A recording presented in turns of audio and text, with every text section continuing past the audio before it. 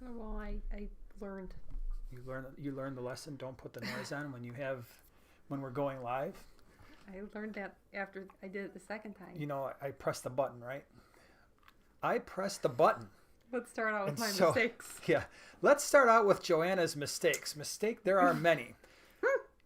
Hello, everyone. Welcome to the live stream. Glad you are here. As always, let us know you can hear us, you can see us. We didn't have any unforeseen issues. Myrtle, thank you so much. He's like, boom, right on it. He's like, I've got it. Hey, James. Yeah, so it was nice this time around, the YouTube thing. And, you know, if you were here last week, you know we started 25 minutes late. And if you know me, and I think you know me a little bit, I hate being late. Oh, yeah. I don't like it.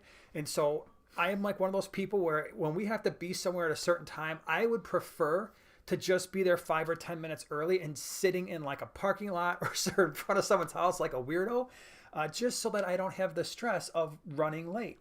And so that carries over into everything. It carries over into, obviously, the live streams. It carries over my poor students. I mean, I am like, hey, you know what? If class starts at 2 p.m., when 2 p.m. hits, I start doing my thing. And so they're like, after about a couple weeks, like, oh my gosh, I got to get there. They're running across campus trying to get to class. So yeah, last week was a little stressful when I didn't get to start right on time. I know. But this week is better. So everything is, good job. I did. I overcame the situation. And so you're not here for a recap of last week, at least I don't think. So tonight, yes, we're going to be talking about some common and not so common fish keeping mistakes. And I'm hoping that we can all share. This will just be a sharing session. Maybe it'll be kind of like a therapy. Sharing and caring for everybody's mistakes. Yeah, and we can just talk about all of your mistakes, and I can just be like, well, yeah, that was dumb. I can't believe you did that one. No, we won't do that. Trust me, I've got plenty of my own. Finwiggles, thank you so much for the Super Chat Gold Star for on time. Thank you so much. Appreciate you being here. Bravo. Yes, appreciate you being here on time, too, by the way. So all of you who got here on time, you're my kind of people. Yeah, a couple of quick announcements then. Sure. I just like to add in extra syllables. Joanna's video came out today. You did one on Java fern, which was pretty cool. Love and Java so every fern. time I watch one of the videos you do, I learn something more about plants than I actually have to go back like, are you sure this is right? She's like, oh, yeah, it's right. Just stop questioning me. Yeah. We'll share that with mistakes later. But yeah, just so you know, usually when you all are seeing the video, it's the same time that I'm seeing the video. So I get to be treated with all the little things he's added. Oh, yeah. Sometimes I'll even have to watch it twice to catch all these little things you put in. Yeah, because you'll miss certain things. So I have a lot of fun editing your stuff. It's just more fun to do. Plus, it's not mine, so I can be like, haha, watch this. So anyway, yeah, her video came out this morning on the small scape, so not on this channel, on her channel. You also did one on Saturday about moss balls, some fun little things. And and they wanted to join us. They wanted to be on TV, so wave, everybody. Come on, guys, wave. Yeah, Yay. they're waving in their own moss ball little way. So that's like, what is that, your moss ball farm back there? Yeah, my posse. They're my little moss ball gang. That's pretty cool. Friday, we've got a cool video coming up. I think it's going to be a pretty cool species profile, one that I think people will enjoy. And you've got something special, your little weird, quirky sort of video coming out on Saturday. Oh, my Saturday thing that you need to know, or you didn't know you needed to know. And yeah, you're hopefully going to like it. And if you don't, that's why this thing happens, that's right? That's why you got one of these. Press one of those. Use it. That's just kind of what happens sometimes. So, so fish keeping mistakes. Like I said, I thought it would be pretty cool just to kind of talk about some things that hopefully will help new and experienced fish keepers alike, and we'll share some of what we've done. And I think when it comes to the fish keeping mistakes, obviously, we want to try to minimize that as much as we can, but hopefully when we make them, we learn from them, right? But the mistakes, let's face it, it's what makes the hobby sometimes miserable at times and creates a lot of stress for us and can put stress on fish. And that's ultimately the thing as fish keepers that we care about. Hopefully when we're keeping fish, at least in terms of the hobby, that's our number one priority, is to make sure that they're healthy and happy and living a long and prosperous life. And so there are some things that happen, especially when it comes to newer fish keepers, that I think a little bit of time and research can be very helpful. Peter O'Brien, thank you so much. Says, good job, guys. Well, thank you for being here. I appreciate the super chat, and I appreciate you being here. So I think the number one thing the number one thing. Why are you looking I'm at not me? going to tell you. I'm not. We're just going to go the number 2 thing. Right? So, no, when it comes to new fish keepers, and I think most of us have been there. Now, what do you think I'm going to say?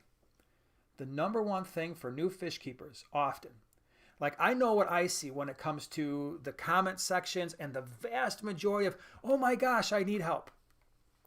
And that is water parameters. Understanding water parameters and especially understanding the nitrogen cycle. That is one of the keys. You know, we did a video on the nitrogen cycle, and when I did that video, it was kind of a mix. It was not only for fish keepers, but it was for my students as well. So we actually go through the entire cycle, not just the top part, which is ammonia to nitrate. But that's like one of the number one things. If fish keepers get that right, that is going to lead to a lot of success, because let's face it, a lot of new fish keepers, if they don't know that part of the fish keeping hobby, they put fish in this brand new clean tank, and within a week they're starting to see fish not doing so well.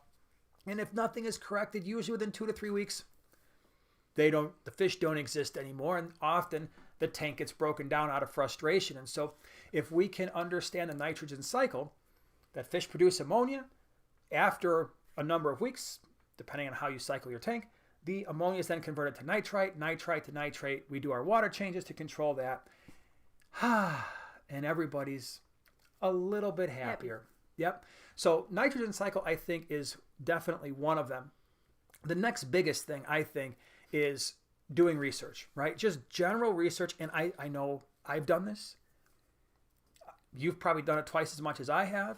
Probably at least. No, I'm just kidding. And I'm sure most of you have done it as well. And it's one of those things where we buy fish sometimes because they're so cool without necessarily doing the research necessary to understand what we've just done. It's like, yep. What about you? You get them home. You're like, all right, how many of you have done this? How many of you go to the fish store and you get something, and then you come home and start looking it up on the phone, like, oh, wow, turns out this is going to get a lot bigger than I thought. Or, oops. Oh, boy, I don't have live foods. Maybe this was a mistake. So that can be a bit of a problem. So we're going to talk about how that impacts our fish. Dan E., thank you so much for the super chat. Can't stay because of work, but wanted to drop my 2 in impulse buying and not doing QT. Yeah, we're going to get to that too. City. Yeah, City. Thank you, Dan E. Have fun at work. I'm sorry you can't be here. Hopefully you can catch the rest of it on the replay. But yeah, when it comes to researching fish, that is absolutely so important, because one of the things, of course, is tank size, right? And sometimes we get these fish and not realize, you know what, I've got a 20-gallon, and all of a sudden we've bought this fish that grows 6 or 7 inches. And I think one of the big ones, at least maybe not as much now, but back in my day, is when they would sell the standard plecos at and they still do this at the big box stores, and you go and you buy one. It's like, I want a fish that's going to eat fish poop, right? That was always the number one thing. What? And we laugh now, and I'm sure some of you laugh too, but how many of us, and I was the same way when I was younger, I need a fish that eats the fish poop. Like, there's some fish that just magically walks around and just eats all the other fish's excrement. Oh, wait, a fish that walks around? Yeah, it just walks around and does that. I mean, it makes about as much sense as the fish that eats fish poop. But anyway, yeah, you get the pleco and you put it in your 20-gallon, and, a few months later, it's like, that's like 4 or 5 inches. And then a year later, it's like, didn't realize this thing's head and tail were going to touch either side of the tank, and now you've got a problem, right? So proper tank size is a big thing. We've made our share of mistakes. I think the biggest mistake that I made, I did a video about this a long time ago, fish I wish I didn't buy. And it wasn't because I didn't like the fish. It was because the fish I bought were not appropriate for the size of the tank. And that was our tinfoil barbs and our ballast sharks. And I had a 150-gallon tank, but the problem was that 150-gallon tank is only 4 feet long. So it's 4 feet long, it's 24 inches wide, 30 inches tall. And what? It's so funny. The funniest, really, really fast story, the funniest story that I have with the tinfoil barbs is somebody in particular looked at them and said, hey, Jason, you think they're a little too big for this tank? Do you remember who that was? No. Rachel O'Leary. Rachel O'Leary was, she came by. She's like the last Chicago Aqua show we had a bunch of people over. Rachel O'Leary's there and a bunch of other people, and she's like, and she just comes down, you know how, she just looks at it, she points, she's like, really? you're going to get a bigger tank for these guys. I'm like, yeah, they're old. I know. I'd love to. Yeah. And it was one of those things where we thought about even just giving them one of the 6'1" 125s. And so anyway, the point is, even though I had a larger volume, when I bought those fish, and those fish were probably 12 years old before they eventually passed away in our fish room, but I didn't fully appreciate, like, yeah, I knew that they were going to get a certain length, but what I didn't appreciate was not only were they going to get to be a longer fish, a foot or so, but they were also going to be tall, and they were going to be so active. And the same thing with the ballast sharks. And so that was definitely something that I didn't fully appreciate. And to this day, when I did one of the reasons why I did species profiles on the tinfoil barbs and on the ballast sharks is because I wanted people to know, don't do what I did. Try to get these fish an 8-foot tank if you can, or even a 6-foot 210 or a 220 is better than even like a 6-foot 125 is still, it's kind of on the smaller side for those fish. And so tank size is a big one. And the other one is tank mates. That's probably one where I think a lot of us, within probably a couple weeks, we realized I went out and bought these fish and I thought I was doing an okay thing. And I didn't really research them. I just kind of looked at it. Yeah, all right, the size is okay. And then you put them in a tank and now you've got a problem. And so I think, at least in terms of what I have seen in the comments section, two of the most popular fish that wind up being a problem later on, and 99% of the time the people say the fish store clerk or the workers said it was going to be okay. Maybe not 99% of the time, but at least half. That is the red tail shark and the regular full-size gourami, like the opalines, golds, and blues. And I constantly see those comments where it's like, and that's the reason why I did the species profiles on those, because they're sold, especially the gouramis, as a beginner community fish. And sometimes those fish get really aggressive, and to the point where it's like, I can't keep anything else in this tank. I've got to get rid of this fish, right? And so a lot of times I see, what can I do to solve the aggression issues of my red tail shark and gourami?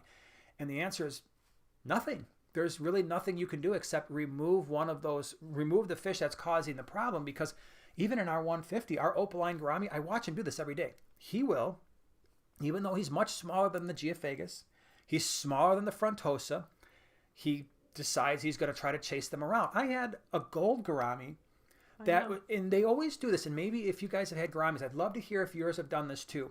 But the golds, the blues, and the opalines, like the full-size gouramis, they tend to be the most, angry or just annoyed as soon as you turn the lights on. You turn the lights on, and those fish, I am not kidding you, every one I've ever had turns around, finds the biggest fish in the tank, and starts chasing it around.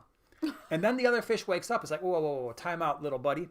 You're not chasing me anymore. But those are sometimes two of the ones that cause some problems. People like that at work do that sometimes if you talk to them too early in the morning. Yeah. It's like the gourami didn't have his morning cup of coffee, and then he was just kind of angry, really short-tempered. This morning, Bob the betta, our coworker, I sneezed like right by the tank, and I scared him. Is that what's all over the glass? Bad. No, very funny. I scared him. He went zooming around. I was like, "Oh, Bob, I'm so sorry." That must have been one heck of a sneeze to go through the glass and vibrate the water. I was talking to him and stuff, and yeah, I just. Oh yeah, and I'm sure it was just the sound, right? It was the sound. Okay, yeah. All right, we'll go with that. The other thing too, when it comes to tank mates, I would say is the big fish. I mean, how many of us? Let's be honest. Wouldn't it be cool sometimes to have like a doveye or an umbi or a flower horn? No. I mean, for a lot of cichlid keepers, like, oh yeah, I really want those. And then what do you do with it? That's another fish where when people have problems with them, like, especially with flower horns. I put this flower horn in my South or Central American tank, and it's like just destroying everything else. What can I do to make it not so mean? It's like, that's a flower horn. Flower horns, at least for me, if I had a flower horn, it's going in a 75-gallon by itself. So sometimes keeping those larger fish, they're not community fish. Some of you might have had some success keeping them with other fish, and so I don't want to discount that. But for the most part, those things can be really aggressive. Bible WordPress, thank you so much for the $5 super chat. I wish I had someone to give a Valentine to, so I am counting on you. Fish Hun, I had a blue... Fish on. Oh, fish on. Hashtag fish on. I had a blue G, and he is a bully, so I put him in his own tank. That'll work. Yeah, the blue gourami, just put him in his own tank, and he'll be relatively happy like that, I would say. But thank you so much for the super chat. The other thing too, when you're researching your fish water parameters. Now this one I actually think is not as big of a problem as the other two things I've mentioned. And I've always been a strong advocate where as long as your pH is stable, your water hardness is stable, a lot of times you can get by with things that are less than completely ideal in a textbook or whatever. I think the bigger problem, the problems that I see often are when people try to keep wild caught fish, especially when they're from, let's say, Central or especially South America, and they think that they're just going to be able to go right in to their regular tank water, and sometimes that water is quite a bit softer and it's got a fairly low pH, and that can be a big issue. The other thing, and this is not, I don't know, if you guys have the same issue, or not issue, but things have changed, at least around us, and that is brackish water fish. I don't see them nearly as much in our area as I used to, and that used to be, and probably because a long time ago, years ago, a lot of people would be told, at least I was told, and a lot of our fish stores would tell people, oh yeah, these will acclimate to fresh water. It's fine. They're brackish. They can go in fresh water. They can go in salt water, brackish water, whatever you want to do, like the monos, the scats, some of the, what were they calling them? The dragon gobies, the blue ones? At least that's what they were calling them by us for a while. Some of the other types of gobies, although the night gobies I think do okay in fresh water sometimes, but the brackish water fish, it's like you bring home these monos because they look so cool, and then it's like, why are they not doing well after a week or two? It's because, well, you don't have the brackish water that they really enjoy. So that can be a problem. Although I really would love to set up a brackish water tank at some point. That would be fun. Yep. So what do we got here? DMD Dog 02, thank you so much for the super chat. What rainbow fish would you recommend to go with black phantom tetras? So hold that. Make sure that you've got that question. We're going to get to that question, I promise. Okay. So yeah, water parameters is certainly a thing. And finally, I think when it comes to researching fish, what about the food? And again, I think the biggest problems when it comes to fish research and some of the things that I've seen when it comes to fish health is often it's centered around cichlids. And sometimes people will have like maybe the tropheus, or they'll have imbuna. And especially if they're newer to cichlids, they start feeding them the high protein diets. Like, hey, you know what?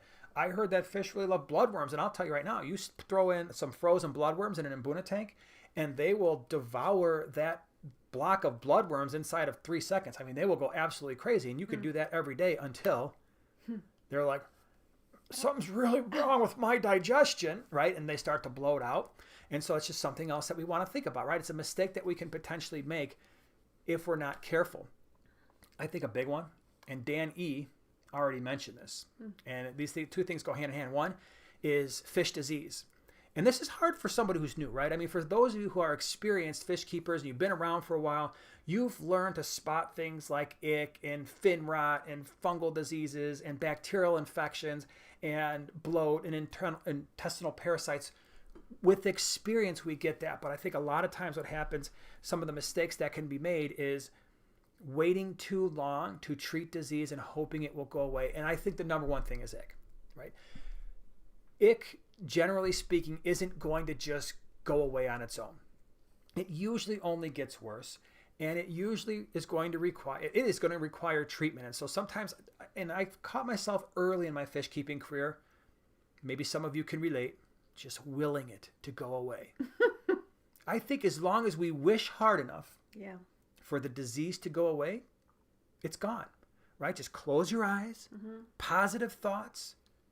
It's just going to vanish, and you open your eyes and the fish are still covered in this stuff, right? And the tank is clean too.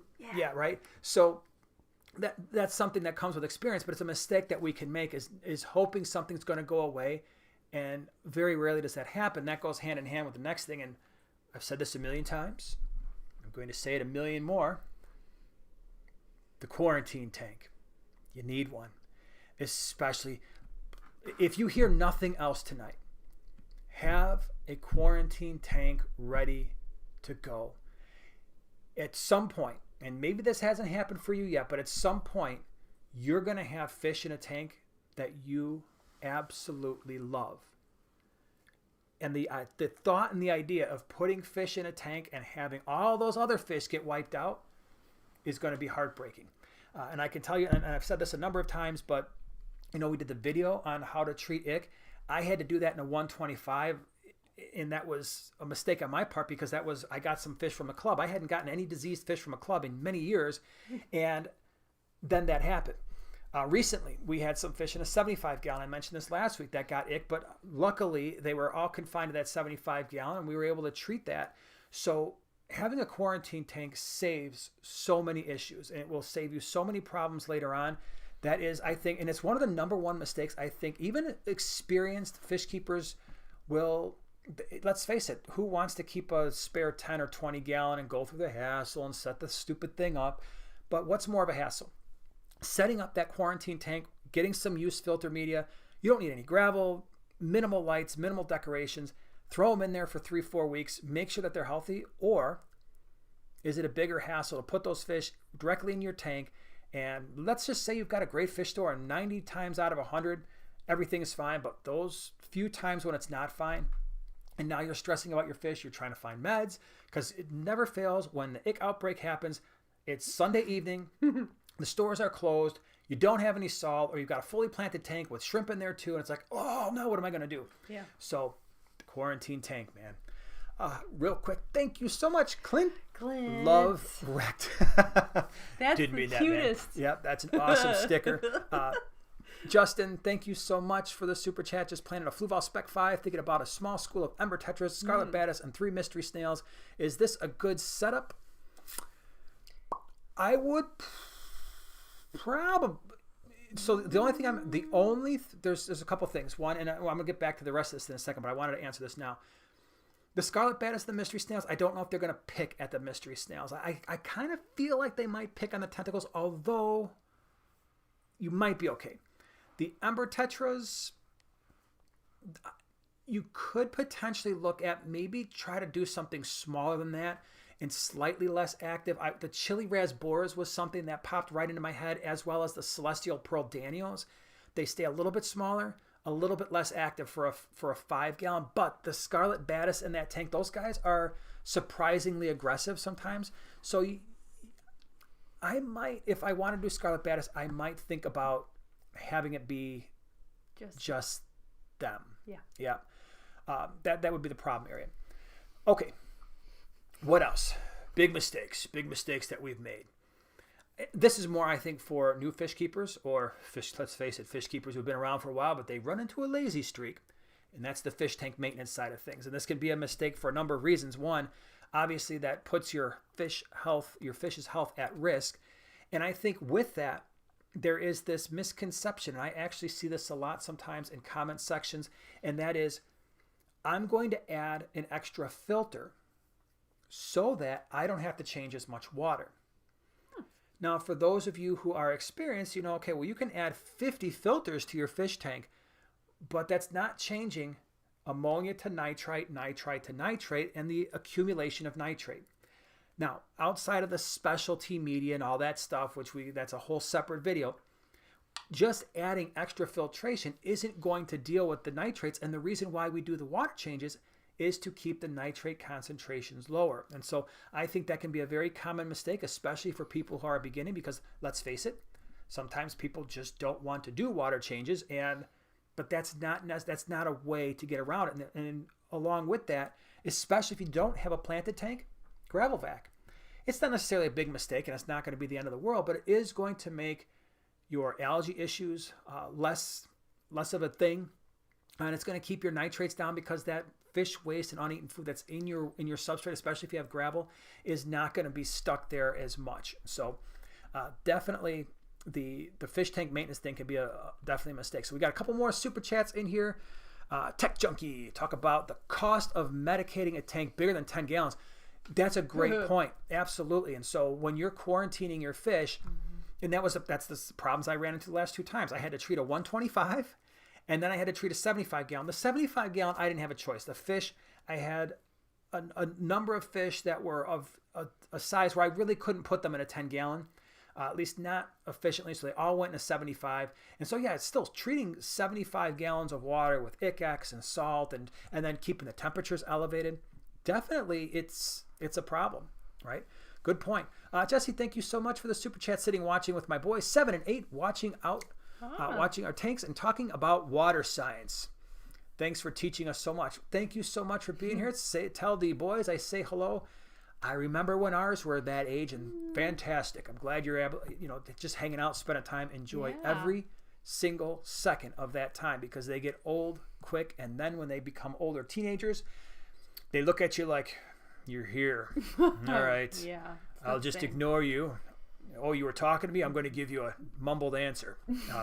They're good kids, but they becoming mumble. Teenagers. Yeah. And then everybody says, check your hearing. No, my hearing is fine. It's my eyes that are going bad. The other mistake too, and I think this is one where sometimes seasoned fish keepers can make this one, and that is algae eating type fish, not feeding them.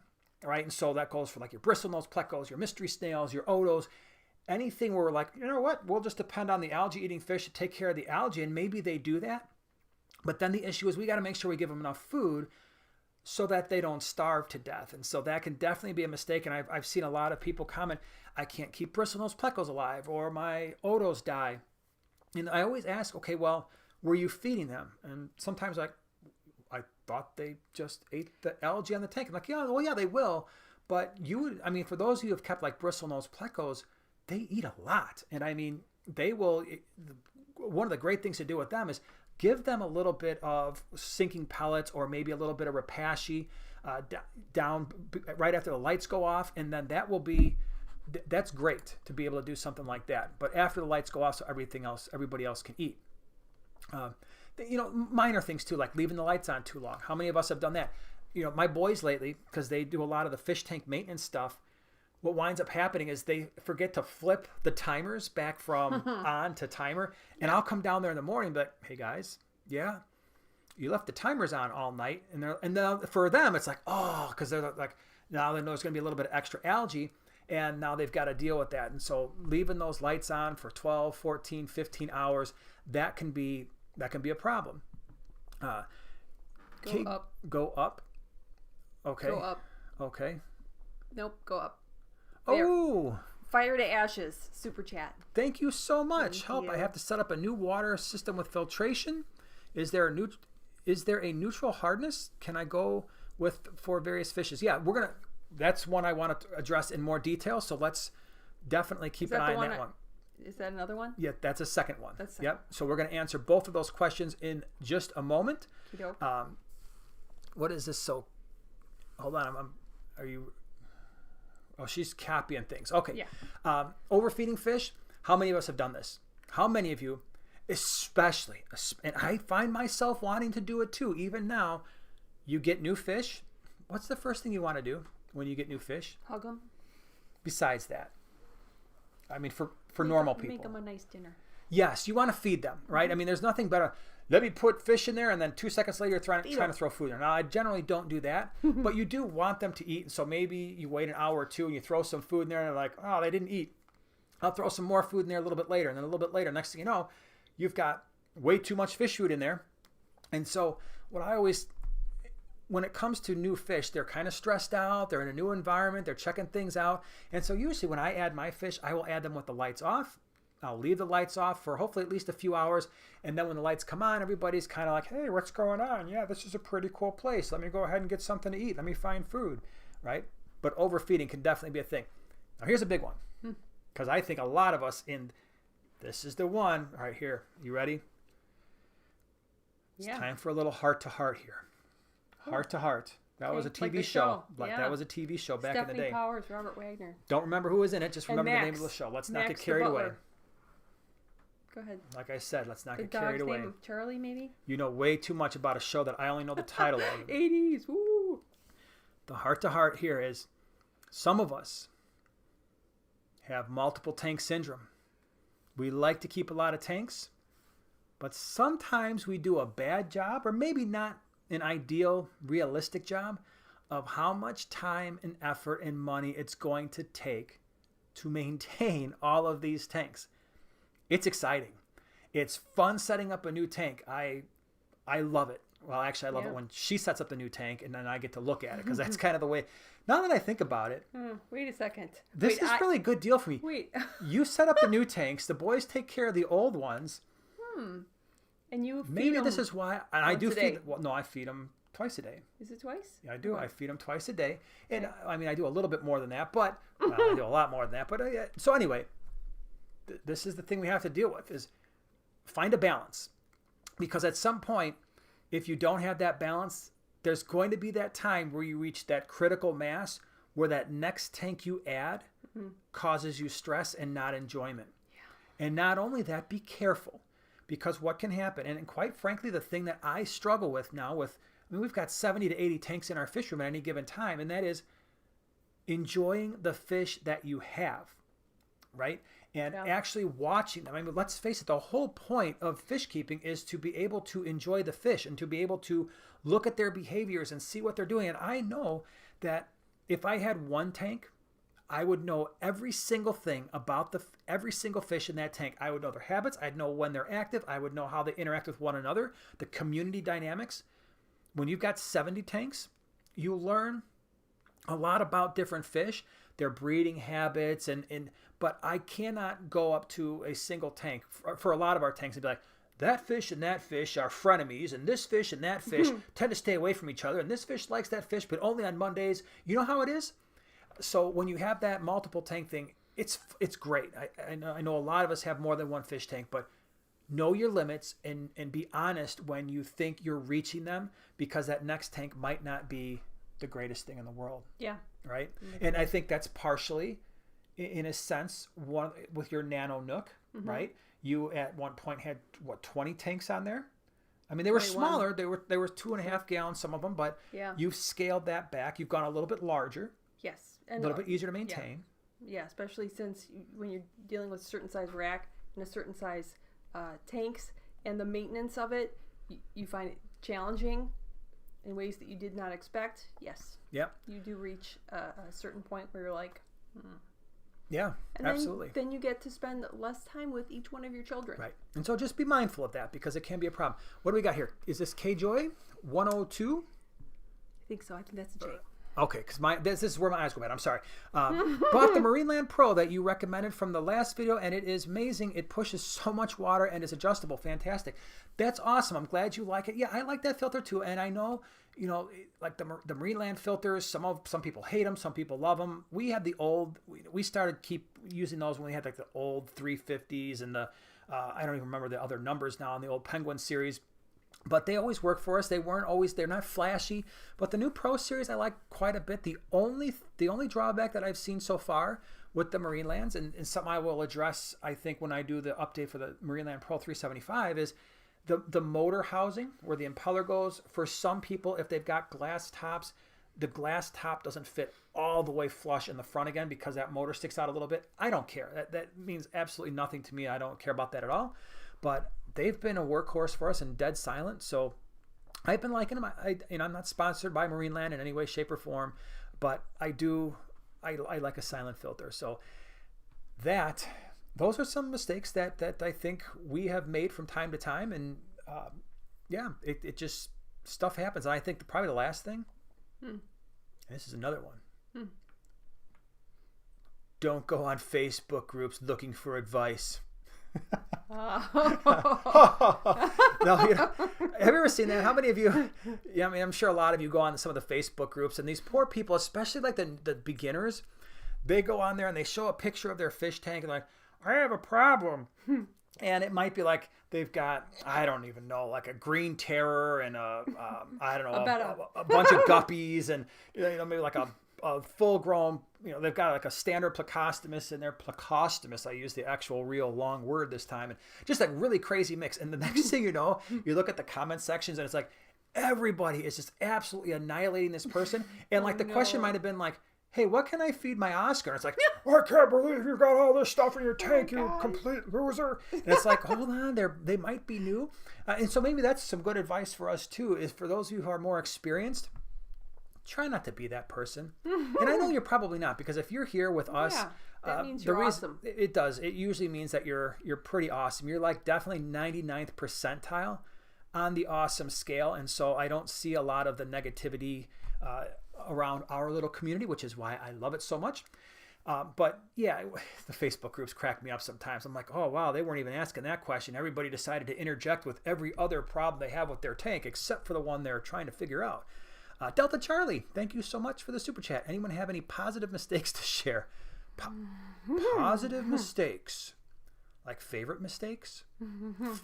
Wow, that's a good one. I don't know if I have any favorite mistakes or positive. I'll have to think about that. I'll think about it as we go through the thing. But if anybody else in the chat has positive mistakes, do you have well, didn't you get a fish once that it was a baby and it was sold as one and then it wound up being another one? Yeah, Roger and Ruby. Oh, yeah, I guess I do. We did get Roger and Ruby out of that deal. Yeah, so... That was positive. Yeah, the Midas cichlids that we had, Roger and Ruby, when I didn't buy Midas cichlids, I went to a GCCA meeting. It was just the monthly meeting, and I didn't have tanks for...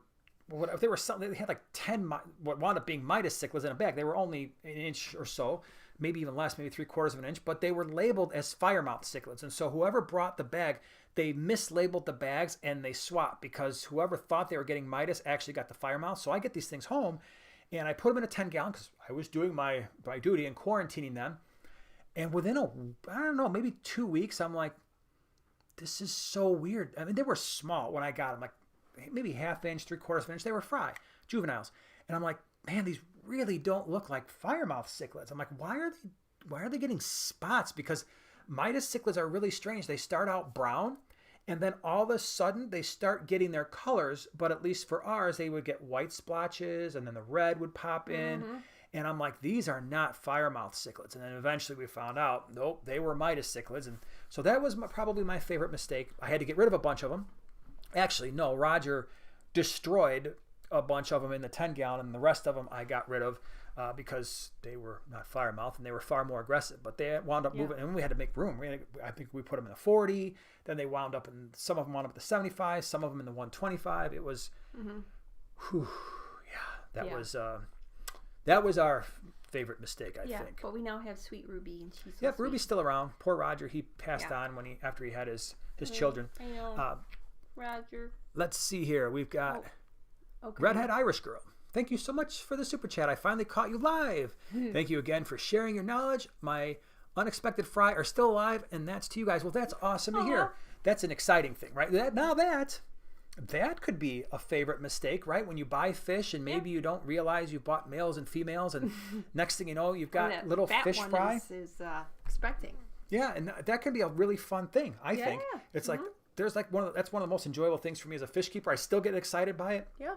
And I can breed the same fish over and over again, and it still excites me every time. Whenever I see multi-babies poking their heads out of the shell, or little tiny cyprichromis fry floating around, or little mollies or guppies, I still get excited by that. I don't think that will ever change. That's why I keep fish. Okay, we had a couple super chat questions that I want to... And Pamela, welcome. Thank you so much for becoming a primetime partner. Glad you're here. Thank you. Appreciate it. Oh, and Filigree Aquatics is looking for some more shirt designs. Believe it or not, I've got one on order. It might not be what you're looking for, but one has been placed. There's another one that I'm working on, but it's going to take a little bit more extra work to go into it, but hopefully you'll love it. Someday. It's that full-time daytime job that gets in the way. Life. All right, hold on. So, fire to ashes. Help. I have to set up a new water system with filtration. Is there a neutral hardness I can go with for various species? 75 tanks worth. Yeah, I would say there's when it comes to water hardness. So here's the thing. You got 75 tanks and you're talking about a water system.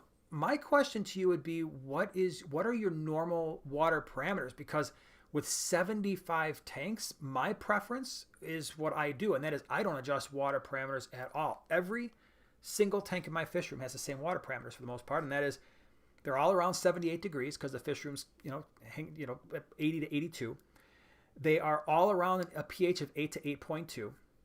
They all have a water hardness of somewhere around 10 to 12 degrees, both GH and KH, all of them.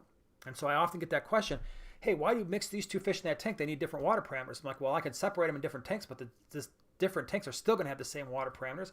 That's the way most people keep fish. Now, if I were trying to keep the maximum amount of fish, what would I want? What would I prefer? Well, first of all, I like African cichlid, so I'm not sure I'd want to adjust much. But maybe you bring that pH, if that pH were around 7.3 to 7.5.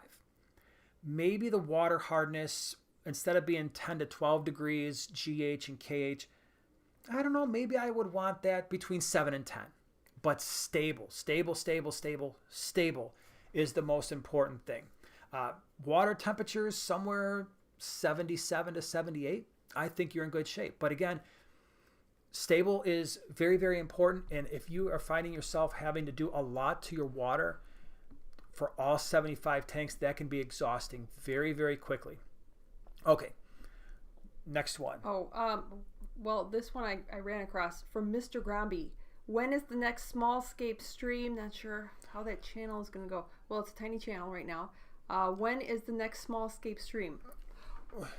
I don't know. I don't know. So it won't be, probably not for a couple weeks. I think because you started doing, so here's the thing. That is a funny story. Between the two channels now, we've got on Primetime Aquatics, we've got 4 videos coming out, or 4 things coming out a week. We've got one on Monday. We have the Wednesday live stream. I have the Thursday members only video, and then we have the Friday video. So that's 4. And then on the small scape, she's got her Wednesday morning video and her Saturday morning video now that she's doing. Yeah. So between the 2 channels, that's 6 videos a week. And that takes a lot of time it just takes a lot of time. And so will we do live streams again on the small scape? Yeah, definitely. We'll do them again, but I don't know if it's going to be like super... not regular or it'll probably be like a monthly thing. Yeah, and we don't want to burn you out, like, oh look, they're there again. Oh man, these people are taking over my life. I really need to just get rid of them. What, do you still have the super chat question that we didn't get to answer, because I want to make sure we answer that. Okie dokie. And then while you're looking around there, okay, DMN DDOG 02. Okay. Thank you again for the super chat. Yes, thank you. What rainbow fish would you recommend to go with black phantom tetras and some albino cories in my 75-gallon? Oh, cool. That's very awesome. Thank you. Did you say thank you to what?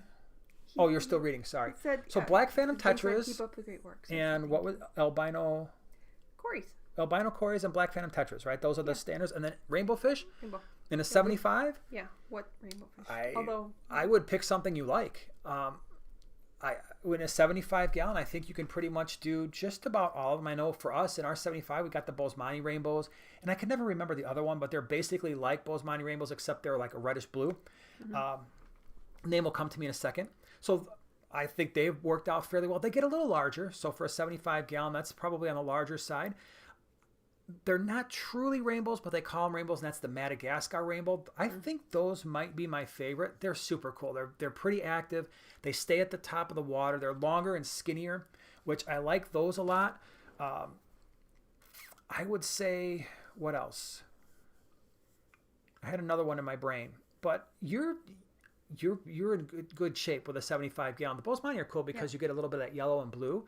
The Madagascars are cool because when they get older, they get like a purpley color, which is kind of cool. So maybe, I don't know, maybe that will not be different enough for you with the black phantom tetras, but you're in good shape with just about any of them. Okay. Did you already get Fired Ashes set up a new water system with filtration? Is there a neutral hardness I can go with for various? Did you do that one? Or do I need to... Do you see what just happened here? I know. Sometimes I zone out and I'm like looking, and this is what, and then I'm thinking like, oh, I'm cold. I should go. This is what Jason from Primetime Aquatics has to put up with. Jason doesn't like that.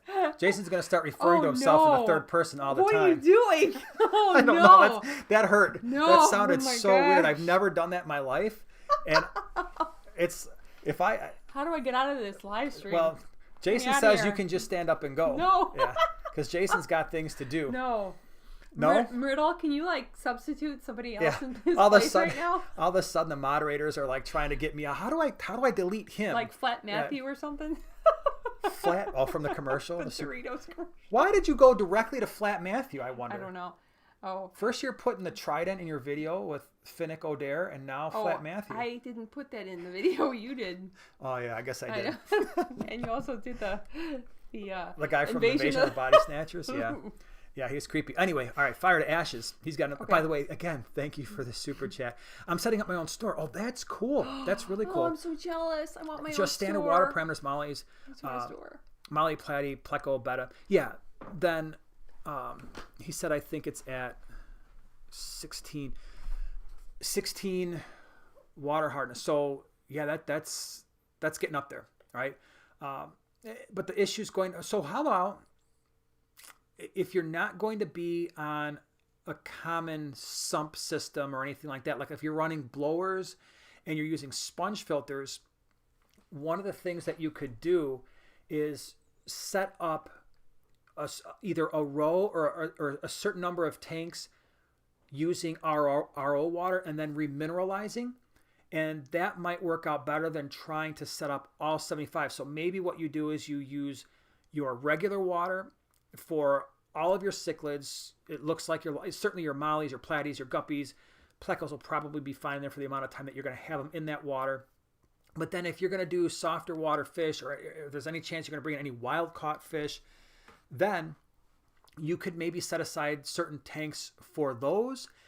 But also be careful, because you have to be thinking about, are your water parameters going to be similar to your customer's water parameters? And so the problem that you have to think about, the thing that you have to really consider is, will you know the water parameters of your wholesalers or wherever you're getting your fish from, or your breeders, especially if they're local? And then you're going to bring them into your water, and then they're going to go to your customer's water. And so a better thing is to try to get that to be as consistent as you can across the board, because the last thing you want is, okay, I brought these fish in, I reached some awesome ideal water parameters, but then all of my customers wind up throwing them in their tanks that's got 16 degrees of water hardness and a pH that's an 8.2 to an 8.4. Now what do you do? Because now you actually run the risk of, if that's the case, and I don't know, but if that's the case, now what if their fish do poorly? And now they come back to you and say, hey, you know what? I got these fish, and within 2 weeks they were in bad shape. And now all of a sudden there's an issue there. So I might consider that. And if you find that most of your area is the same water parameters as what you've got, at 16 degrees hardness, maybe I'm assuming if that's your carbonate hardness, your pH is pretty high, then maybe what you're doing is you are catering to your customers' water parameters, and you're going to have a lot less problems later on. And so you're bringing in a lot more African cichlids. The mollies are great. The guppies are great. The platies will be fine. Bristlenose plecos usually are going to be, at least in our water hardness and pH, they've always lived a really long time. And so maybe that's the direction you go. And if you bring in anything, like, I think the biggest problem you would have is if you've got any wild caught fish, like, oh, I just brought in some Altum Angels, or I just brought in some wild Apistos, or maybe some types of tetras. That's where you might have to consider having tanks and then labeling them and say, hey, these are softer water fish, or they're wild caught. Maybe you don't guarantee those as much. So it's just, that's some things to consider, right? Okay. Let's see. What else do we have here? This is funny. I've gotten a lot of names, but this one, I don't know. I really like it. Hey, John. Farmer Joe. Yeah, I noticed that. With my green acres. Yeah, I noticed that. Have you ever? I read through your comments the other day, and there was a couple people calling you that. I thought that was pretty funny. I love it. And you can refer to yourself in the third person too. Farmer Joe here. Farmer Joe says. No. You can no. Have you ever seen a crown tail black betta? Thinking it's what I want for a new tank. That's right. Your hang. Yes. I don't know if I commented back. Here, your hangman's news idea on the black spiderwood. He's got a cool scape idea. Yeah, the black crown tails are cool. I saw they were on KG Tropical's website. So he's got all the bettas there, and those crown. I'm almost positive that's where I saw it. He had some. When I saw those black bettas on there, I was like, that might be tempting. I actually need a crown tail for a build I got coming up. Yeah, because fins are important in an aquascape. Yeah. Okay. Daniel, thank you so much for becoming a primetime partner. I appreciate you being here. Thank you for your support. That's awesome.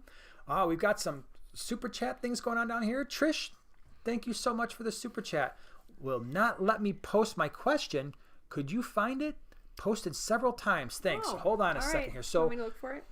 yeah, so we're going to put Joanna in on the task here would not let you post your question. I wonder what's going on there. So we'll try reposting. All right, Myrtle's. Oh, and did we say an official thank you, our weekly thank you to our awesome moderators? We haven't done that yet. Clint, thank you. Mary Page, thank you, and Myrtle, thank you. They're you awesome. They keep the thing running smooth. And by the way, thank you to everybody who's here because you make their lives a lot easier when we're all being cool. Justin, thank you so much for becoming a partner as well. So glad that you are here. Trish, if she can't find it, see, worst case is put it in a comment section of the latest video, that the one that I did on, I guess that would have been Monday's guppy video. Just put it there, or yeah, I will definitely get to it. Let's see here. Scrolling on down. I have a whole bunch of questions here. Let's start taking some more questions. You're looking for Trisha's question, right? Okay. Let's see here. There's a whole thing just jumped around. Fresh Aquatics, Primetime Aquatics, and anyone else. I will be setting up a 75-gallon aquarium this week. Cool, man. That's awesome. I will be planning to stock it with angelfish. Any other suggestions? I'm interested to see your guys' recommendations. So a 75-gallon angelfish tank is going to be pretty cool. Mm-hmm. So what would I put with it? I don't know. What would I put with an angelfish tank these days? What's on my list of fish I really want to have? I don't know why, but lately, and it just keeps popping into my brain, is I really want to get some marble hatchet fish. I just think that would be cool. So I think, at least for me right now, and you asked me this question next week, it's probably going to change, but I would probably like to have some marble hatchet fish in a 75-gallon angelfish tank. I think we were talking about the rainbow fish. I think like the Madagascar rainbows, that would be also cool for an angelfish tank. Certainly some koi cats. I mean, if you're doing an angelfish tank, the really cool ones like the orange lasers are pretty awesome. That might be something I would consider. I would probably, if I were doing a 75-gallon angelfish, I might look at maybe like a cool pleco. Like we have the blue phantom plecos now. We've got a few of those in our tanks. Yeah, green phantoms, if you don't want to go quite that crazy. There are some really awesome bristlenose that are far cheaper, like the longfin ones, longfin albinos, the longfin super reds are really nice looking. Even the longfin, like the calicos and the browns, can be pretty interesting. So that could be part of like your cleanup crew. But you need something that's going to kind of swim around and be awesome. I think another one that might be interesting in a 75-gallon might be the Denison barbs. You know, if you got a few of those, otherwise known as the rosevine shark, that might be an interesting fish. And I'm sure other people have some suggestions as well. So help them out, see what you think. Filigree Aquatics, how big does wine milleri get? So wine milleri, altifrons, cernamensis are all very similar. The males, at least in the literature, can top out at pretty close to a foot. Now ours, the one that you see sometimes at our 150, that is an altifrons, so it's not wine milleri, but again, they're very, very similar. I think ours probably right now from the tip of its nose to the end of its tail is somewhere around 10 inches. I mean, he's a big dude and he's pretty tall, right? So sometimes it's hard to gauge size when the fish are in a larger tank, but that's a 150-gallon tank that we have. So yeah, he's big and probably going to get bigger. All right, let's see here. What do we got here?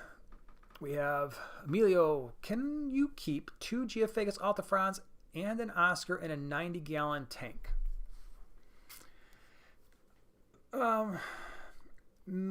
I have a couple of maybes there, and the maybes are, it depends. You're going to have better luck if they're younger. So if you're looking at fish that are probably less than a couple inches and they grow up together, that might help a little bit. You're going to have a couple issues there. One, the Oscar's going to grow much faster than the Geophagus if they are the same size, and so considerably faster. The second thing is 2 Geophagus altifrons could potentially be a problem in a 75-gallon for 2 reasons. One, if you get a pair, now that pair, if they start to breed, and this is going to take, if you buy them small, it's going to take years before they get to that point. But if they pair up, now that creates some aggression between the altifrons and potentially the Oscar. And the Oscar is not one to necessarily back away. And the Oscar will eventually eat all those altifrons fry. The other issue you may have is if you get 2 male altifrons in a 75 gallon and a 4-foot tank, there is a chance that they might not like each other very much and wind up with one of them being bullied by the other. And then once the fins are shredded up, it's like, well, what was the point of having the altifrons if that happens? So those would be my initial concerns. And then the other one is long term. That Oscar 90 gallons, not a bad sized tank, but at least for me, all right? And I know some people have different opinions, but I would prefer to keep that Oscar in a 6-foot tank. Like we have ours in a 125. It's just, it fits better, right? So 90 can be done. It gets a little cramped when they get full size. Tyler, thank you so much for the super chat. Appreciate it. How many medium, large rainbow fish would you enjoy stocking in a heavily planted 75 gallon with 8 B splendens, 8 beta splendens, and a pair of epistles and lots of amanos and snails? Well, right now I think I've got 7 in a 75 gallon. I think I have, I think there's 7 or 8, and they're not full grown yet. I don't know if I would go much more than that. And again, they're going to be active. So the only issue is the beta splendens are not super fast eaters. And so you just have to figure that out, because rainbow fish are insane. When it comes to feeding, they will outcompete most fish for food. Now with the angelfish, I'm not so concerned, because angelfish, especially when they're young, they're up there, they're eating, they're not going to take any stuff from the rainbow fish. But the only thing you have to consider, and that's why I hesitated for a second, is just the rainbow fish eat like Mbuna cichlids. They just pop, pop, pop, pop, pop, pop. They're going up to the top, and they will polish off food before the beta splendens get much of it. Same thing with the epistos, because the epistos, they'll hang out at the bottom in a 75 gallon, at least every time that we've had them. They're not going up the top to eat. That combination isn't as big of a deal, but it's just something to think about, right? But in terms of stocking levels, I think 7 to 8, you're probably going to be okay. George Hill, thank you so much for the super chat. Really appreciate it. Thanks for being here. All right. Did you find the question? Trisha's question. No. All right. I could be missing it. Myrtle, do you see it? Hey, we're on it. Okay. You keep searching. Here's an interesting one. Okay. I'm drawing a blank here. Jennifer is going, I would be heading through the Chicago area towards the end of March. Are there any fantastic fish stores in the area heading from Detroit to Wilmington, Illinois, that I should make a point to see? Oh, see, you're south. You're south, so yeah. Not Wisconsin. I was Wisconsin and So Milwaukee. I don't know. I think we don't really. The only one, and now I can't remember, what's that one on the south side by the Greenwater meetings? It'll come to me. There's only one that I would say would be like worth a, what is the name of that place? It's on the tip of my tongue. I'll think of it. By the Greenwater meetings. Yeah, it's down there. All the guys go to it. It's down in the it's south suburbs there, where you might, but nothing off the top of my head where I'm like, oh, you need to make a trip to see this thing. No, all right. We don't really have it. Yeah, let's see here. Daniel asks, how many Mbuna and tiger barbs could I fit in a 40-gallon breeder? Like Petco says, they don't recommend, but I've seen some success on YouTube with tiger barbs and other aggressive fish. Yeah, it's hit or miss. Tiger barbs and Mbuna. What I have experienced, and not everybody has, right? So you have to consider multiple viewpoints here. My personal experience is when I've kept tiger, and I have done this, I've kept tiger barbs with peacock cichlids and some Mbuna. They 100% ignored one another, like just completely ignored each other. The cichlids didn't care that the tiger barbs were there. The tiger barbs didn't obviously mess with the cichlids. But the thing that you have to think about is the 40-gallon breeder. That's less space. So when I kept them together, I had them in my 4-foot 150. And so that could have been part of the reason why it worked out. With a 40-gallon breeder, usually it's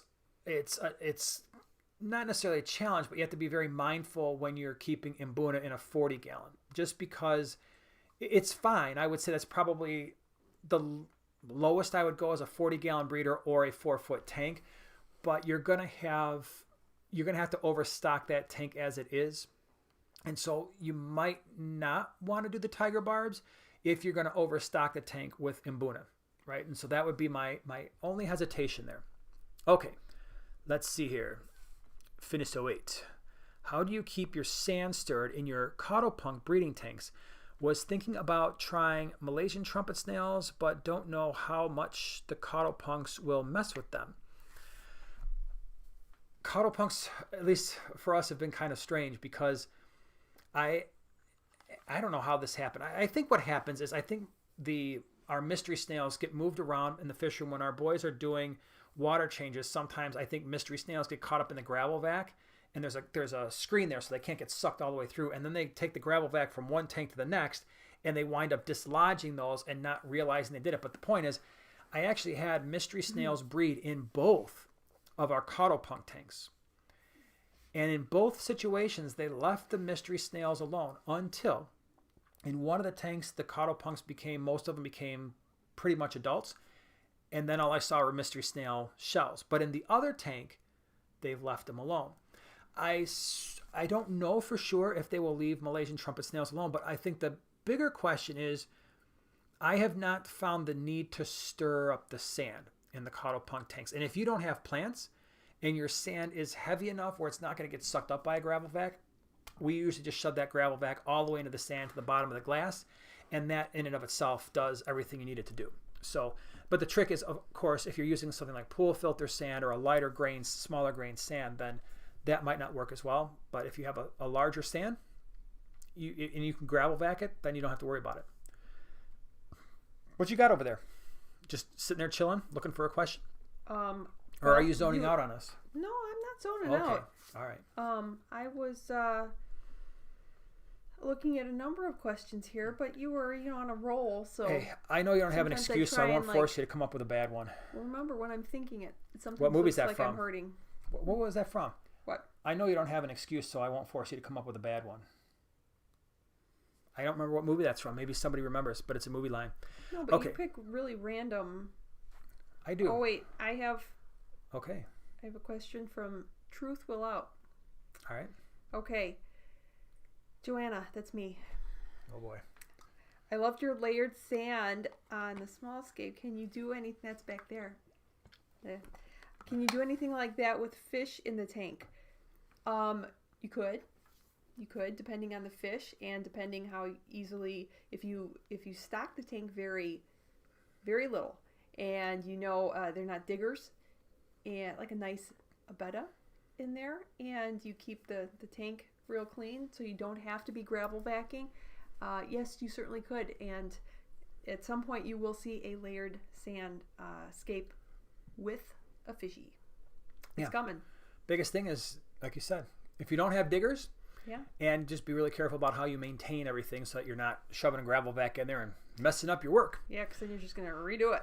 Cindy asks, do people ever rehome fish? The black neons in my tank don't look as nice as I thought they would.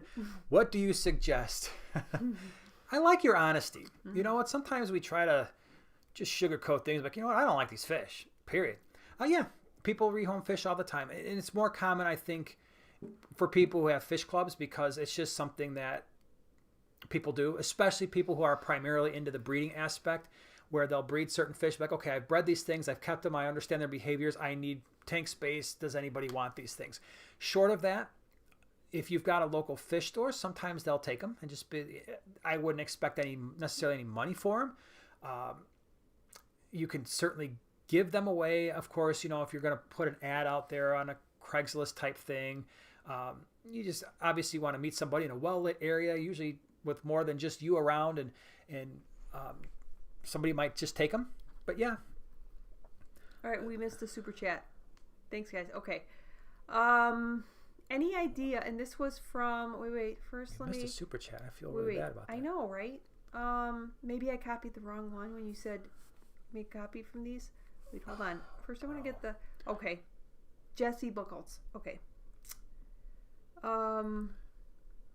Any idea why my super hard water in northern Michigan makes my angel eggs fungus? I finally bought bottled water and this batch seems fine after 8 fails. Jesse, first of all, thank you so much for the super chat. very sorry we missed the original. Glad that somebody was able to catch it. Yeah. Yes, that is common.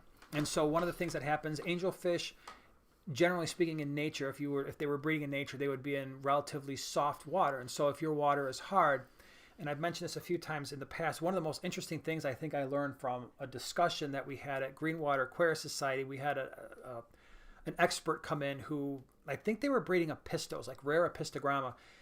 And he mentioned that the microscopic pores in the eggs that are responsible for gas exchange, when you try to breed softer water fish in hard water, those eggs are really meant to be in softer water. And so in harder water, the minerals from the hard water start to plug up those microscopic holes. The gas exchange stops. Basically, whatever was in those eggs dies, and then the fungus takes hold. So that is probably why you had issues. And then that's also why with the bottled water, if that was a lower mineral count than what you're used to, lower water hardness, why you probably had better luck. And so that's just something that you'll have to keep an eye on, right? So you could use RO water, and then, you know, with some minerals, you don't want to necessarily go straight RO water and manage the pH. And yeah, it's good that you're having better luck doing it that way. Very cool. All right. I think we're going to answer a few more questions, right? And we'll see where we get. Lab snails. How to keep and maintain high pH. I use limestone, crushed coral, cuttlebone, and little to no wood snail tank, approximately 200 mysteries. pH struggles to stay over 7.4. Please help. Aragonite would be another thing that I would consider using. I think the aragonite is probably, out of those things, probably the best. The other thing you can do, and you got to be careful with this, but I know that you're obviously really good with the snails and stuff, baking soda. But my strong recommendation would be with the baking soda, start experimenting with that, not in a fish tank, but in some type, whether it's a bucket or it's got to be a fixed volume, and add in a little bit of baking soda. Maybe you start very small. Maybe it's half a teaspoon, depending on the size of the water container that you're using. Run an air stone in there just so that you have water circulating, and just start getting a feel for what that's doing to your water. What is it doing to the hardness? Test it before and after. What is it doing to the pH? But that's another thing that you could consider. It's the fastest way to potentially raise pH and water hardness, but it's also the most dangerous and potentially the most unstable. But if you can dial that in, and you have patience to do that, and you do it outside of a tank without living things and get accustomed to it, you might have some good luck with that. Let's see here. Hey, Rod, thank you so much for the super chat. Appreciate it. Thanks for being here. Thank you. All right, let's see here. Ray asks, nobody talks about salinity and how if 0% salinity beneficial bacteria can't survive? ? I think that's mostly because in one of the things that we talk about in my microbiology class is we talk about osmotic pressure. And basically that is how cells manage the water inside their cell relative to their environment based on solute concentrations, in this case salinity. And one of the things I really love to do, and most people really don't have a gauge for, okay, what's salty, what's not, right? Like sometimes when you look at me that way, you're a little salty. People notice. Okay, bad joke. You didn't even get it, did you? No, I kind of got it, but I was thinking of like Wait. to fire back with a SpongeBob quote. Trish just came up with a... Oh, there's Trish. Check Trish, because your comment just came in. So leave your comment now, because whatever's happening is working. All right, so hold on. Salinity. Oh. So here's kind of a thing to think about when it comes to salinity. 0% would be something that is not generally found in nature. And most likely the only time you're going to find 0 salinity is if you're using RO water. Most tap water is going to be, most freshwater environments. So if you were to look at most freshwater environments, the salinity is 0.9%. So that is 0.9, let me see if I get this right, 0.9, wow. What is it? 0.9 milligrams per liter? No. 0.9 milligrams per 100 milliliters. Don't quote me on that because now my brain's all messed up. But anyway, Wow. it's 0.9%. Something like that. So for the most part, then your beneficial bacteria, that's what they're used to, right? Right around 0.9%. So if it fluctuates a little bit either way, they're probably going to be okay. Like if you were to think about the ocean is usually right around 3.5%. We talk about this, like our skin, the surface of our bodies is often right around 9%. And then when you get in those really salty environments like the Dead Sea and the salt lakes, that can be as high as 30%. So the reason why we don't really worry about salt, like yeah, if it was totally zero, then you might have a problem. But if you're using straight RO water, not only do your beneficial bacteria have problems at that point, so do your fish. Okay, Ray Cooper said, I'm sorry, salinity was supposed to be alkalinity. Oh. So all right. Well, we're going to hold. that. All right, hold on that question. But I liked your initial question too. It gave me a chance to answer something. Yeah. Ab shoelace. AB shoelace. Oh. AB shoelace. I would say AB shoelace. I like ab shoelace. Okay, sure. And Marty, thank you, Marty. Thank you both. And thank you, AB for the shoelace, super or chats. Shoelace. Let's see here. Hold on. I overfed baby brine, and now I have tons of hydra in 3 tanks. Guppies, a pistol grow out tank, multi-shell dwellers. Not sure if I should go with meds or a predator. Any thoughts? I often just leave it alone. Once you get, so yeah, if you're overfeeding, you're going to get the hydra. That has been, in my experience, the only time I get hydra. That is it. The only time I get hydra is when I'm feeding live baby brine. And yeah, I feed a little bit too much. It's very, very common. So it's not like, oh my gosh, I can't believe you did that. Let's add that to our mistakes list. No, that's very common. I would say, in my experience, the shell dwellers, I don't know. I've never really seen any kind of detrimental thing. I mean, I've seen hydra growing on the shells and everything, and I still get really good yields from my shell dwellers. Guppies and epistles, I don't know. I mean, if it's really, really pervasive, like it's all over the plants and it's all over the glass, I guess that'd be one thing. But the problem is treating the hydra, I think, to kill them is probably going to stress out your fry so much. I don't know if you're going to get a big benefit from that. All right. Like you could very well wind up killing the hydra and also wiping out half of your fry anyway. And the fear is always, when it comes to the fish, is okay, they're really small, and if the hydra catch them and they sting them, they're going to die. But most of the time, the fish are smart enough. They get stung once, like, I'm not going back over there again. So yeah, you're kind of in that catch-22. If you treat it and you actually do kill the hydra with meds, you're stressing out the fry. If you don't, you might lose some, but then we just learn, right? We learn, okay, I'm not going to feed so much, and then they will eventually go away. Maybe not totally, but they'll be reduced in numbers. Marty, again, yes, thank you so much for the super chat. Appreciate you being here. Let's see. Perth Cichlids, thank you so much for the super chat. Let's see here. Hey, what's your thoughts on driftwood in African Malawi tanks?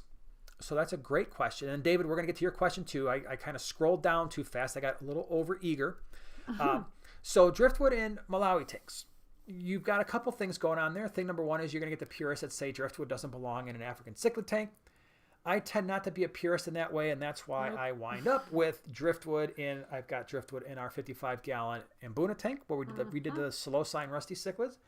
I have driftwood in the jumbo Cyprichromis leptosoma tank, or jumbo Cyprichromis, or not leptosoma.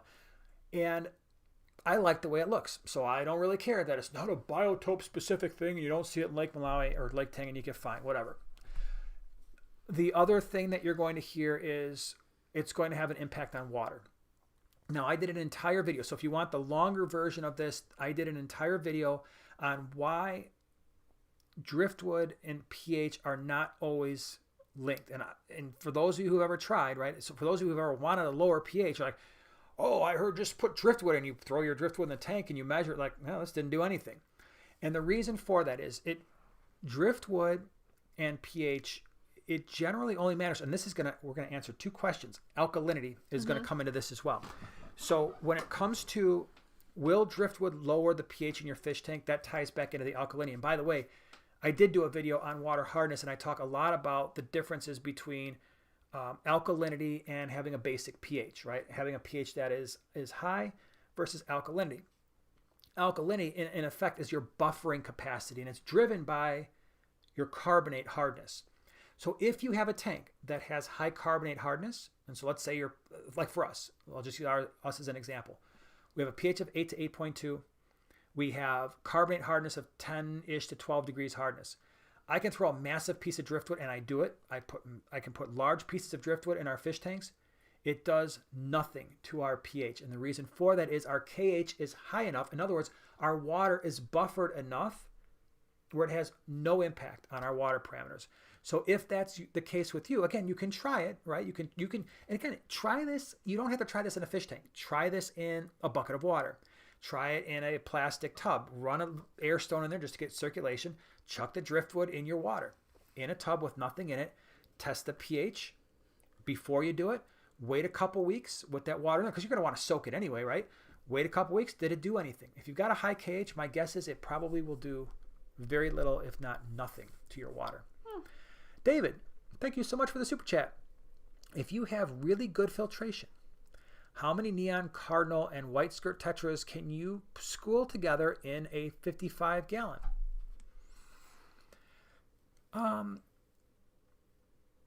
So the filtration aspect isn't really my concern. If I were keeping those fish, I would feel perfectly comfortable having a couple sponge filters on each side of the tank. So in a 55 gallon, even with 2 sponge filters, I might run 2 hydro 4 on each side. I would still not hesitate with a well-cycled tank, right? I'm not just saying chuck all these fish in a brand new tank and it's fine, and then they're all dead in 2 weeks, but at least I could see myself going with 15 cardinals, 15 neons, and I don't know, maybe 10 white skirts just to start and see how it looks, and maybe more. But your filtration is not going to be an issue. Those fish are very small. They're not heavy eaters. It's a big tank with a good volume. It's a good stocking level. The white skirts can be a little bit more, I guess, I wouldn't say aggressive, but those would be the ones you'd want to just watch out for. You're probably not going to have any issues, but if anybody's going to be chasing anybody around, it would be the white skirts probably chasing the other two. But yeah, I think any standard, if you're just running a hang-on back filter on that tank, I wouldn't worry too much about that. But like I said, certainly 15, 15, and 10 at least, and see what it looks like. Okay. You want another filtration question? I love filtration questions. And Noelle said, yay, science time. Yeah. Science people in the house. Okay.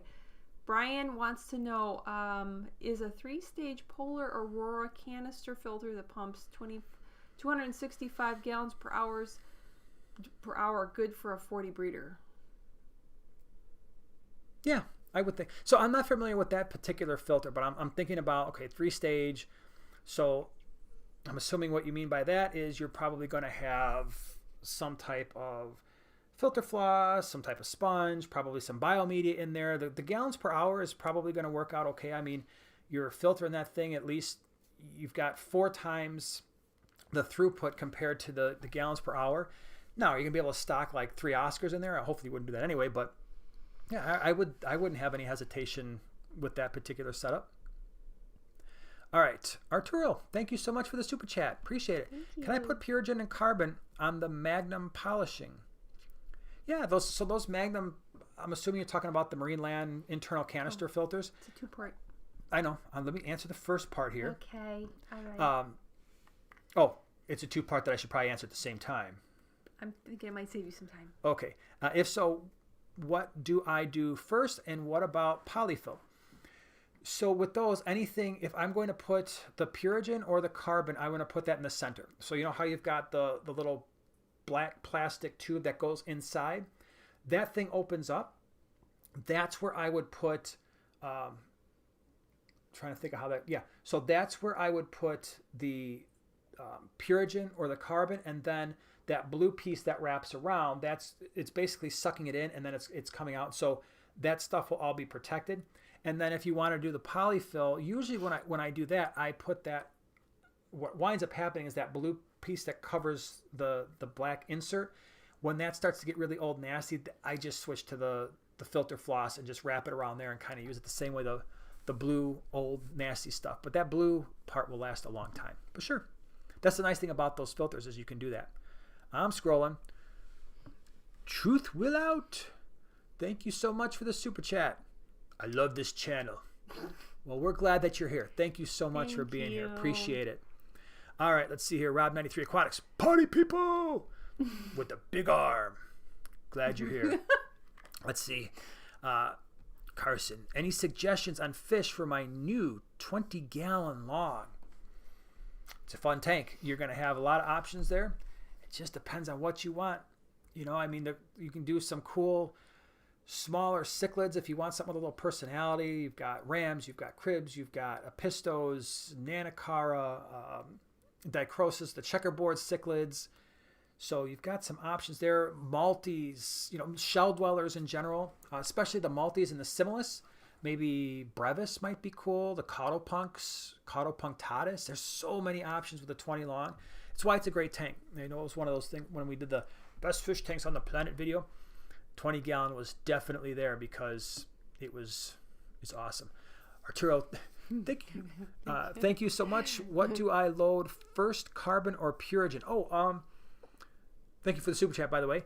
I think you're going to probably, it's not going to matter in that filter because both of them have to go in the center, right?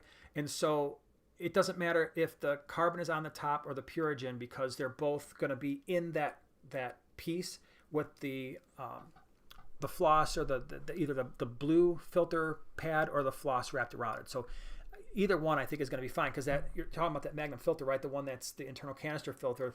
So you're just putting them both in the center. Insidious. Any shims that are good for carpet? I got some composite shims from Lowe's. They are about 8 inches long, but doesn't level my tank. So our basement has some very unlevel floors, and what I generally did when that happened is I shimmed the shims. It's worked. I mean, I've got thousands of pounds on those shims, and it's like once they're wedged in between the tank and the floor, it works. Obviously, with the carpet, that's maybe less stable than tile, but usually what I'll do is, the shim's kind of like a long triangle, right? And so if I shove the shim in there and I still have space between the bottom of the stand and the shim, so it's just kind of moving around in there, I will take another shim and put the thicker end in first and then put the next shim so that it's almost forming a block. And if I have to put another shim on top of that, I will do that until I've made a solid connection between the stand and then the actual floor. The other thing that you have to think about, though, is for me, that's pretty easy to do because I build all my own stands, and my stands are basically 4 legs. If you've got a store-bought stand and now you're dealing with something that has a kind of a solid base, where the base is going all the way around the stand, you're just going to want to make sure that you don't only shim the edge, right? I feel uncomfortable when I have a larger tank, like for instance our 150. I still have the old PetSmart store-bought stand that came with it as part of a kit. I had to shim that because the basement floor is supposed to be not unlevel.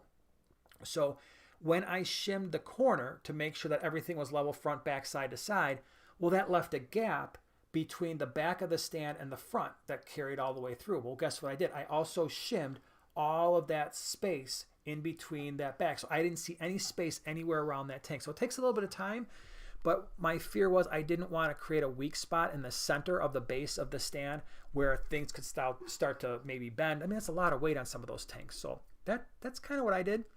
For those of you who are like construction experts, if you've got a different opinion, by all means, pipe up because it worked for me. I was okay. What are you laughing about? Random things.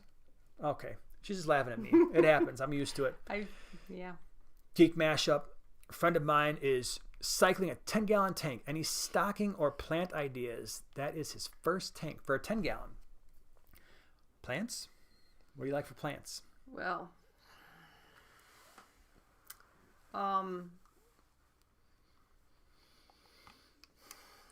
it really depends.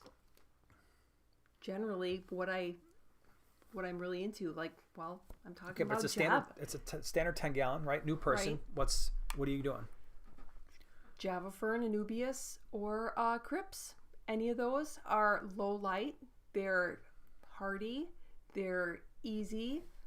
Great beginner plants. Any of those. Yeah. No, Now, it depends if you want to plant them into the substrate. Those are crypts. And then the Java ferns and the anubias, you can just glue, which you may find easier. You may not. It depends. But when I was first starting out, I preferred that to glue things to the hardscaping, to driftwood or rocks, as opposed to planting them. I found a little bit tricky when I was first starting out. So yeah, and you can get them. Sorry, I can just keep going and talking about plants all day. You can get them at all the big box stores. You can get them online. You can get them anywhere, and you'll be hooked on plants just like me. No, I had a friend of mine who just set up a 10-gallon tank, and it had been a long time since she kept fish, a very long time. And what we did is she got a bunch of crypts and hornwort just to have something floating, and so those were two that worked out really well. And then the stocking levels, she did some endlers, honey gourami, and I think endlers, honey gourami, and there was something else there. Might have been ember tetras. I think those were the three that she did, and they are all working out really well together. It's been a couple months, and yeah, it was a good setup. All right, 3B Aquatics. One of many fish keeping mistakes is doing too big a water change and pulling out too much excessive plant material at the same time. Too much good bacteria reduction, bad. Yeah, especially early on. That's a good point, is early on, you really want to try to not disrupt the ecosystem as much as you can, especially if you've got a newly cycled tank. One of the questions I get asked a lot, and that is, at what point after you set up a tank can you begin to change out filter media? And it's a great question. And from my personal experience, once your tank is cycled, I usually try to wait like 4 to 6 weeks before I start swapping out filter floss or cleaning sponges, especially because I clean mine with tap water.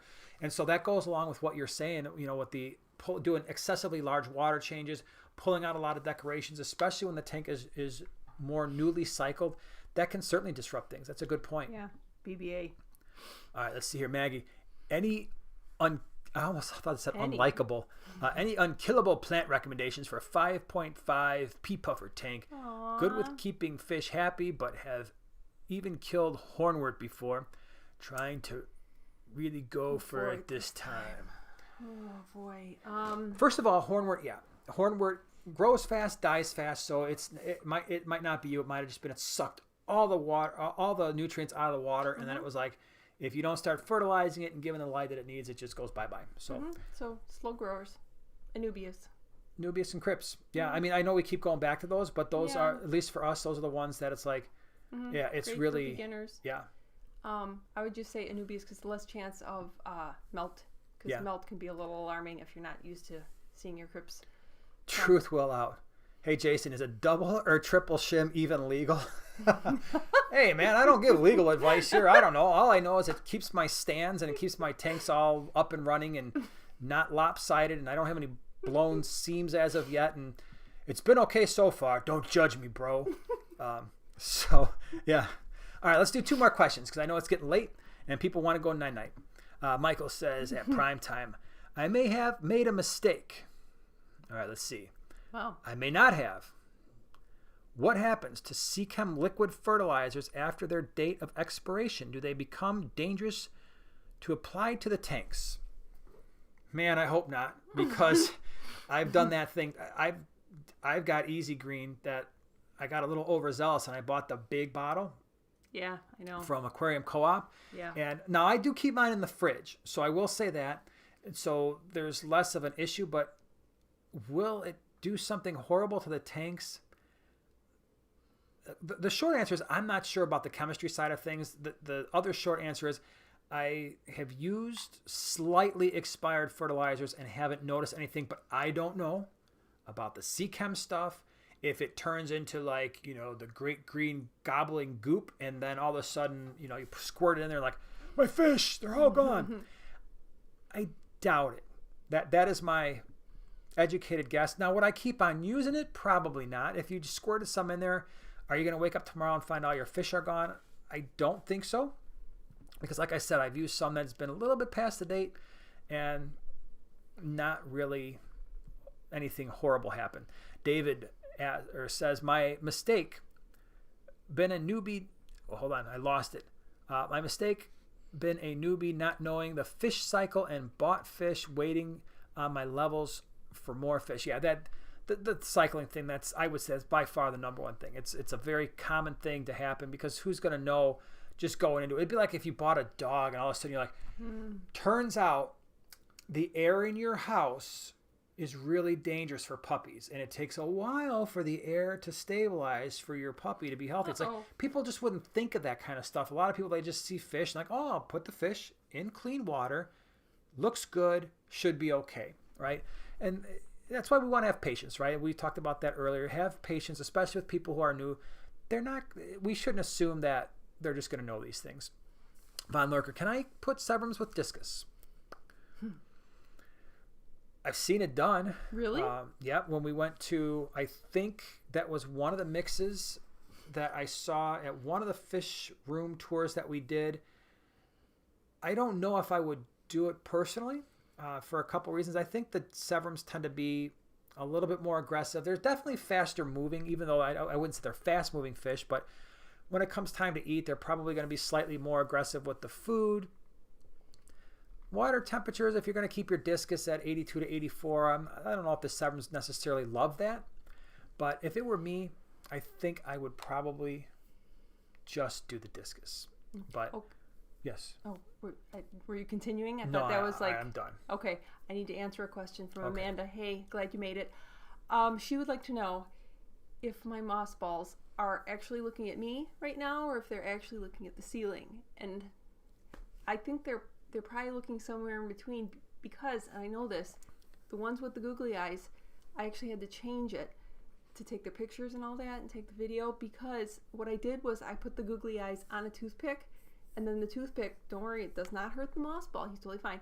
I have the toothpick going through the moss ball, holding so it doesn't roll all around, so the eyes were looking at the ceiling, but then I said, no, you need to kind of look like towards me, so I changed it. So that's why I know they're probably looking more like you right here at you guys. Yeah. All right, then. Thanks for filling us in. You're welcome. Hey, Rob. Thank you again for the super chat. Driftwood drop pH 6 gallon betta 6.6 gallon.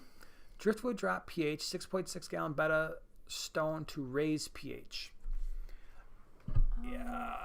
What did it drop it to? And no, you don't have to do another super chat. I mean, we'll look out for the your answer. But what did it drop the pH to? And if you've got a betta in there, that might not be the end of the world, as long as it's stable, right? So, and that's the thing. If you've got a piece of driftwood in your tank, and the pH changed, and your fish is okay, and it is a betta, and by the way, bettas don't mind a slightly lower pH, as long as it's stable, you might not have to bring it back up again. Big thing is stability. Let's see here. Where else?